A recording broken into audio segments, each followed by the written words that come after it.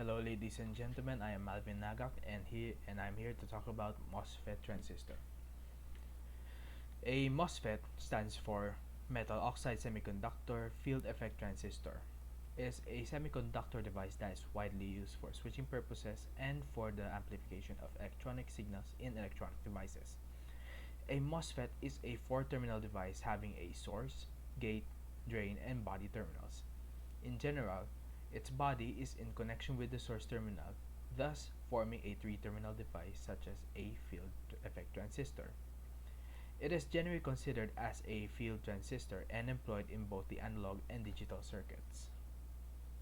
Some of its advantages are the ability for it to scale down in size. It has lower power consumption to allow more components per chip surface area. It has low gate diode, which makes it possible to operate with a positive or negative gate voltage. It can also read directly with very thin active area. They have a high drain resistance due to lower resistance of a channel. Its physical size can be less than 4 square millimeters when it is in a package form. And lastly, it is widely used more than JFET. Some of its disadvantages, however, is that it has a short life, it requires repeated calibration for accurate dose measurement, and they are very susceptible to overload voltage, hence due to installation, special handling is required.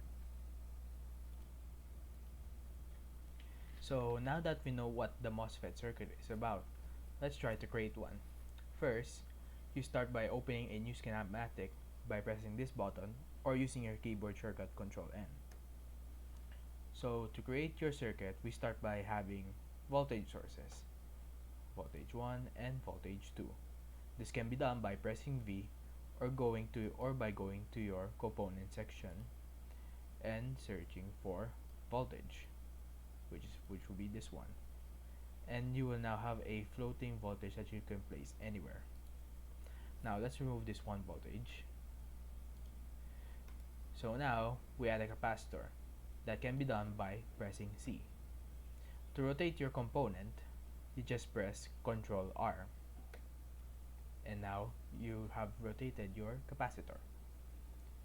So you can now add two capacitors, capacitor 1 and capacitor 2, both of which are in the same orientation. Now we add our resistors. So we have the first resistor, second, third, and your fourth resistor. We can also add a fifth resistor.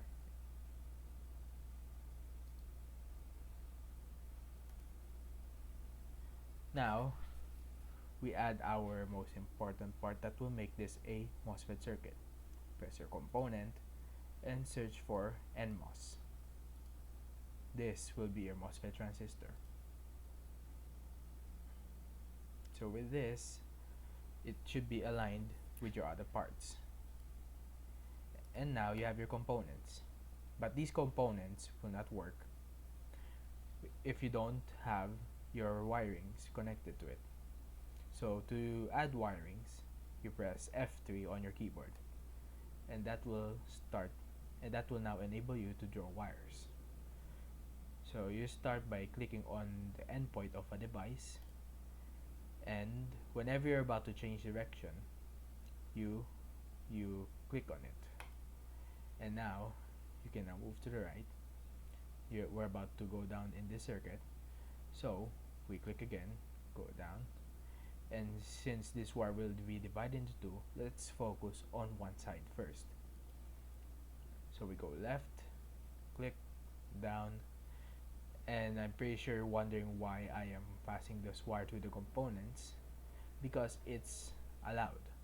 Because when you click at your end of the wire, your components will automatically connect to the wire. Same case can go for this. Click, pass through, and there you go. Your parts are now connected. Now, whenever you click on another component or another end of the wire, your wire will stop flowing. So now you can choose another point to start with your wiring. So let's start here. Let's connect our second capacitor and our fifth resistor by doing this. Click down, click left, and we might as well connect our second voltage source. Now the only thing that's not connected is our first voltage, first capacitor, and our MOSFET transistor. So let's start by connecting from this wire, pass through your voltage, click, pass through your capacitor. Now this, you are not allowed to just go through a wire. If you're supposed to be connected to this one and this one, you need to click on this area first before you continue connecting to your next device. However, that stops your wire spreading. That's okay. You can start again from that point. And there you go. We now have a completely connected circuit, but this will not work just yet. Why? Because we need a ground. And that can be done by pressing G, or you can search for it in your components, but that will be more time consuming, so we just press G instead. Now that we have a ground component, we need to connect it to our circuit, otherwise it will be useless. Now, you want to know your parameters? Let's type a SPICE directive. Now, for our parameters only, you can just type .op and place it anywhere in the circuit. And then right click on any blank area and then run. Well, that's what happens when you don't add measurements to your circuit yet. So let's do that. Now this can be any voltage, so let's just do 50 volts in here, and let's turn this into a sine wave. So let's do 0, 5M, and 1K. Now let's add values to our resistors and the rest of the components. So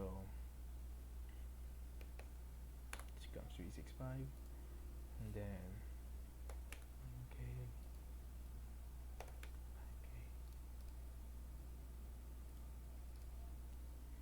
7K. Make sure you're right clicking on the component itself and not just this or this, because you will end up changing something else. Now right click on your component and we can just make this 1 microfarad. This will work. And then 10 microfarads, and for our resistor number 5 we can just turn it into, let's do 1K again. Now for our NMOS, we pick a new MOSFET. Now this can be any MOSFET, but let's do this one.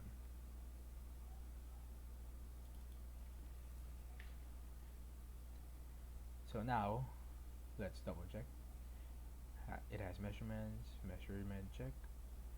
Now we can now see that all our components have measurements. So now let's try adding that SPICE command once again. .op, place it, and then run. And you should now see a dialog box showing the measurements of your components in terms of voltage and current.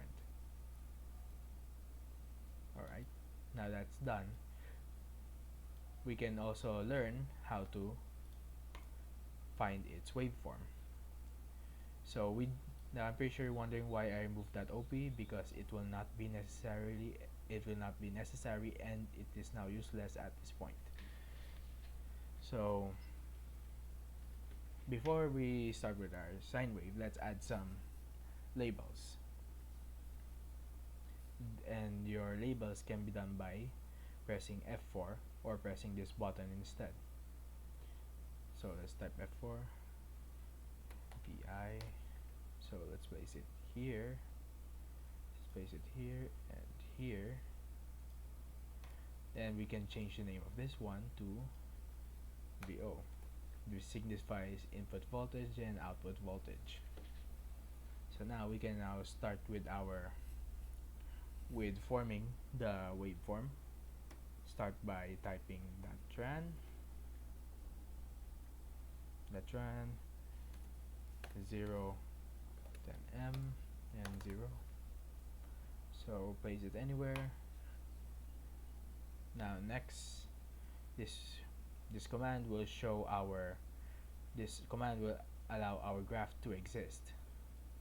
Now we want to get some measurements such as output peak to peak and input peak to peak voltages and our voltage gain, and then current gains and power gains.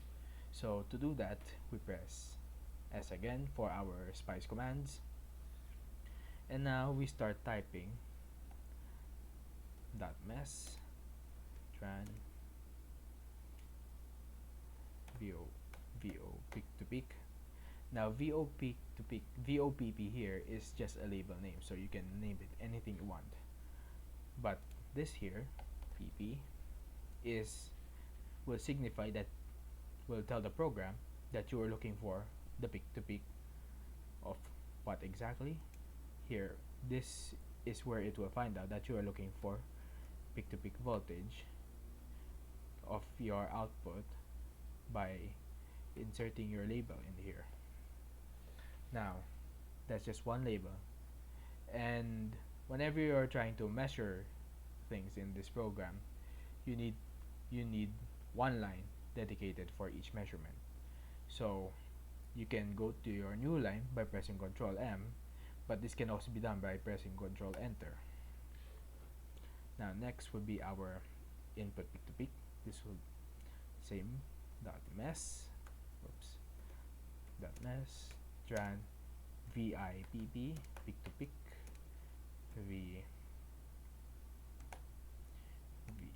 VVI.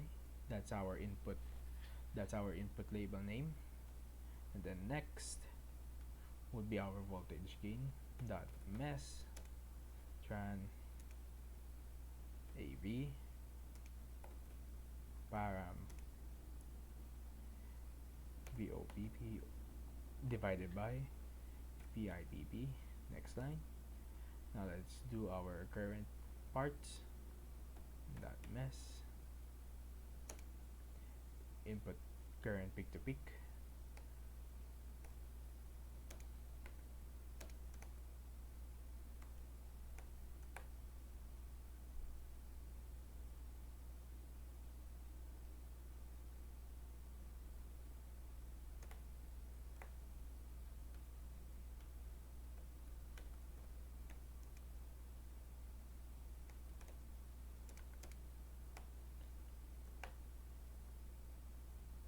This will take a while since we are adding a lot of commands in here. Now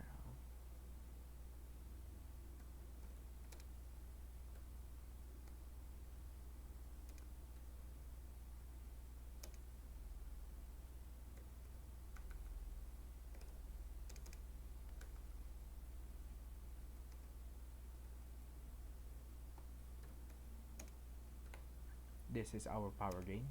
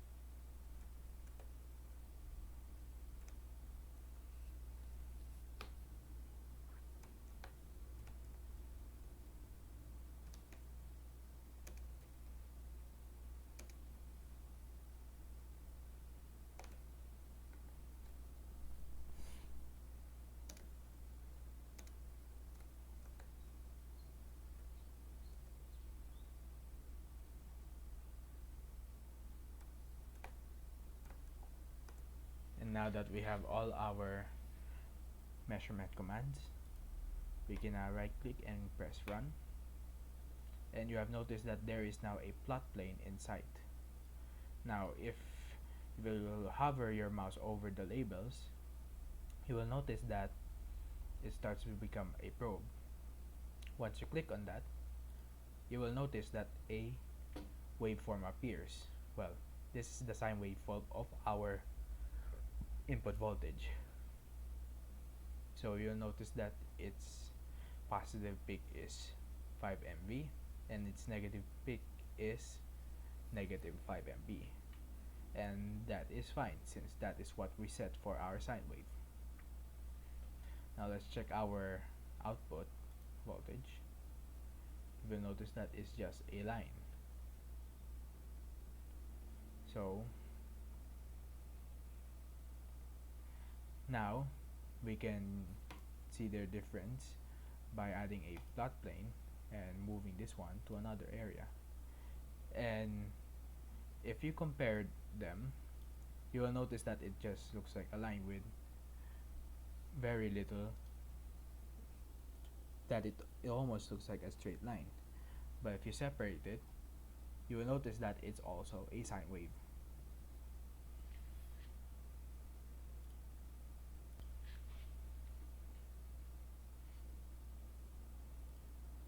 I'm pretty sure you're wondering what this was for.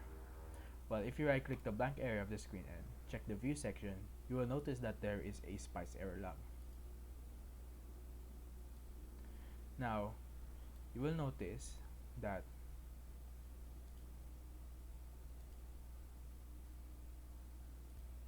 I apologize for the technical difficulty there, but as I was saying, if you right click and check the view section, you will notice that there is a spice error log. Now this will show you every variable, the numerical values of every value that you asked for, such as your voltage output peak to peak, as indicated in the first line, the input peak voltage peak to peak as indicated by the second, and so on and so forth. Now this here is your values right here, right there, here, there, and the rest of the values here are here.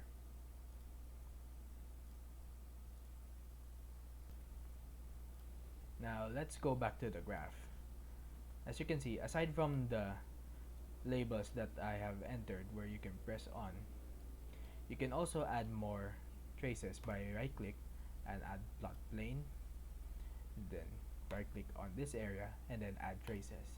You will see that there's a wide variety of traces that you can use in this one. So since that we have used VI and VO, we can try using IC1 and then add another plot plane, add traces, and then resistor 5 current. Now they may look similar, but they have different numerical values. Now you can keep adding as many plot planes as you want and as many traces as you want. In fact, you can even have you can add multiple traces in one go. An example would be the current of R1 and R2.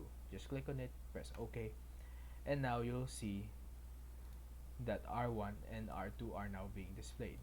This line here is R1, and the line that we can barely see below is R2. Now, to see what the R2 actually is, we can just drag this to this plane. And now, we can actually see that the currents of resistor 1 and resistor 2s are not actually straight lines, but are actually waves. And that, people, is how we simulate a MOSFET circuit in LT Spice. Thank you.